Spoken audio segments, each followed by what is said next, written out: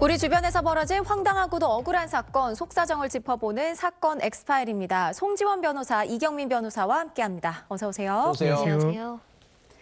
편안히 쉬어야 할 집이 오히려 고통의 장소가 되어버렸다는 제보입니다. 시간을 가리지 않고 온 주택가를 쩌렁쩌렁 울려대는 소음 때문에 이 제보자는 정신과 진료를 받을 정도의 극심한 스트레스를 겪고 있다는데요.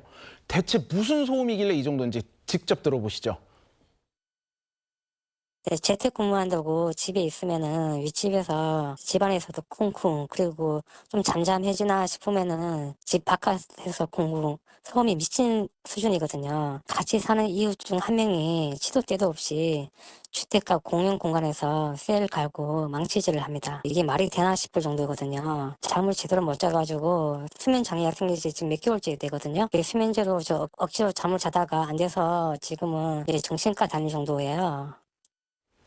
자, 집안에서 들리는 소음이 대체 얼마나 시끄러운 수준인지 제보자가 직접 영상을 찍어 보내왔는데요. 함께 들어보시죠. 네, 목 가는 소리가 나죠? 그러네요. 네, 여기는 창문을 닫고 집 안에서 찍은 건데도 이 정도고요. 네. 굉장히 크죠, 소리가. 이게 하루 종일 난다고 합니다, 이런 소리가. 쇠를 가는 소리가 들리네요. 네. 네. 그래서 이제 직접 나가봤는데 이번엔 들리시죠? 망치질 소리. 네. 자, 이분이 이웃인데 지금 뭔가 쇠로 된 목발인가요? 이런 걸 가지고 와서 분해를 하는 듯한 모습입니다. 이걸 막 갈고 망치질하고 소음이 날 수밖에 없겠죠. 네. 아니, 층간소음 때문에 고통받는 분들은 사실 정말 많은데 이걸 창밖소음이라고 해야 할지 그러게요. 네, 네. 바깥에서 이루어지긴 하지만 거의 공사장 수준의 소음이라서 많이들 고통스러워하실 것 같습니다. 네, 이 변호사님 무슨 일입니까? 네, 이게 서울의 한 지역구에 4세대가 사는 공용주택에서 이제 벌어진 일인데 네. 제보자의 이웃 주민, 그러니까 윗집에 사는 지금 저 사람이 오토바이를 타고 다니면서 고무를 수집을 해온다고 합니다. 네, 고무를 수집을 해와서 철을 분리하는 작업을 이제 그 집 주택가 앞에서 이제 하고 있는 건데, 근데 보니까 이제 드릴질도 하고요, 그리고 망치도 두들기고, 그리고 구리도 빼고 그라인더 작업도 이제 한다라고 하거든요. 그러게요. 그러다 보니까 소리가 많이 발생하는데 아까 영상에서 보셨던 거예요. 지금 저거는 이제 목발을 지금 주워와가지고 철을 분리하는 작업인데 저렇게 이제 하는 소리가 사실 일주일에 최소 3-4번 이상 되고 그리고 오전, 오후를 가리지 않고 작업을 또 하고 있다고 하고요. 한 번 작업을 하면 2시간에서 3시간은 이제 좋게 작업이 이루어지다 보니까 제보자가 많이 고통을 받고 있다고 합니다. 미치죠, 진짜 그러면. 아니, 작업은 할 수 있는데 이렇게 조용한 주택가, 공용 공간에서 하는 건 좀 납득이 되지 않는데 이 사람은 누군가요? 네.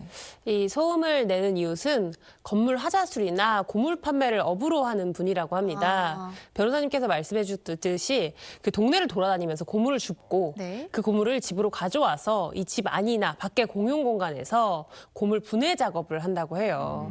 그래서 고물 분해 작업을 해서 본인이 건물 하자 수리할 때 장비로 쓰거나 아니면 고물상에 갖다 파는 식으로 수입을 마련하는데요. 최근에는 내가 고물 이렇게 분해해서 110만 원이나 벌었다라고 이웃한테 얘기하기도 했다고 합니다. 근데 지금 이 과정에서 너무 소음이 많이 나니까 이웃들이 너무 소음이 많이 나는 것들은 하지 말아달라라고 얘기를 했는데 네. 그럼 내가 뭘 먹고 사냐? 내 일인데 이걸 왜 방해를 하냐? 이런 식으로 좀 무시를 당했다고 합니다. 수익이 110만 원이면 계속 하는 게 좀 납득이 되긴 합니다. 이분 입장에서는. 근데 이게 이 밖에서 작업하는 것도 문제인데 또 다른 문제도 계속 발생한다고 그러더라고요. 건물 외부뿐만 아니라 내부에서도 계속 시끄러운 일들이 있었는데요. 집 안에서도요? 그렇죠. 이 집 안에서도 이분이 알루미늄 캔을 계속 밟는 소리가 났대요. 아이고. 이게 캔을 밟아서 고물상에 팔면 이게 돈을 주거든요. 그래서 그 작업을 하신 것 같은데. 시끄럽잖아요. 그렇죠. 콜라캔 같은 것들을 밟으면 되게 시끄럽잖아요, 아랫집에서. 네. 근데 그거를 계속하니까 이웃들이 이거 너무 시끄럽다, 하지 말아달라라는 얘기를 했는데 이것도 사실은 받아들여지지 않았고요. 그리고 소음뿐만 아니라 지금 아까 영상에서 가는 소리 이런 것들도 들렸잖아요. 이런 고물 분해 작업을 하면서 먼지도 나고 검은 연기도 피어오르고 안 좋은 소리도 나고 해서 지금 고통이 이만저만이 아니라고 합니다. 그렇겠네요. 자, 주민들의 불편이 이렇게 이어지고 있는 가운데 이 소음 제공자, 이웃, 이분의 입장은 어떤지 저희 제작진이 직접 연락해서 들어봤습니다.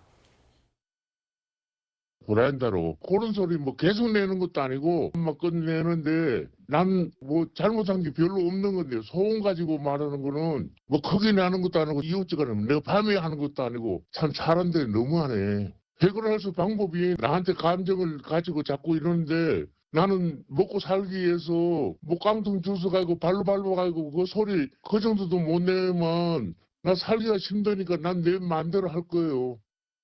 이 제보자가 답답할 수밖에 또 없을 것 같은 그 느낌도 드는데요. 네, 이런 문제가 발생한 게 지난해 8월부터라고 하는데 그럼 몇 달째 지금 시달리고 있는 거거든요. 정신과를 다닐 정도로 힘들어하고 있다고요.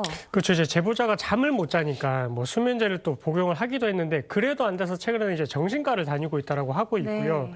그리고 계속해서 제보자가 지금 어쨌든 주택에 산 지 한 4, 5년 정도 됐는데 이게 이제 주택 자체가 SH에서 제공하는 임대주택이라고 하거든요.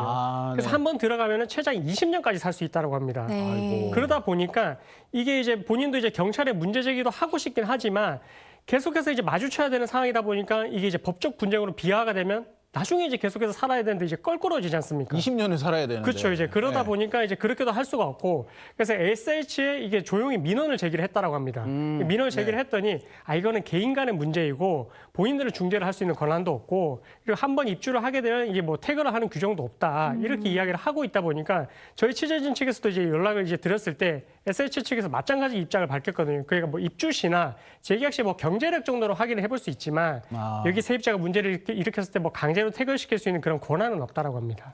소음이 퇴거의 이유는 되지 않는다. 뭐 이런 그렇습니다. 얘기군요. 자, 이웃 간의 소음이다 보니까 언젠가는 멈추겠지 이렇게 참고 견뎠다고 합니다. 하지만 며칠 전에 이 소음을 내는 이웃과 다투는 일이 있었다고 해요. 이때 상황을 더 이상 방치할 수 없다라고 느꼈다고 합니다. 무슨 일이 있었는지 제보자의 이야기를 들어보겠습니다.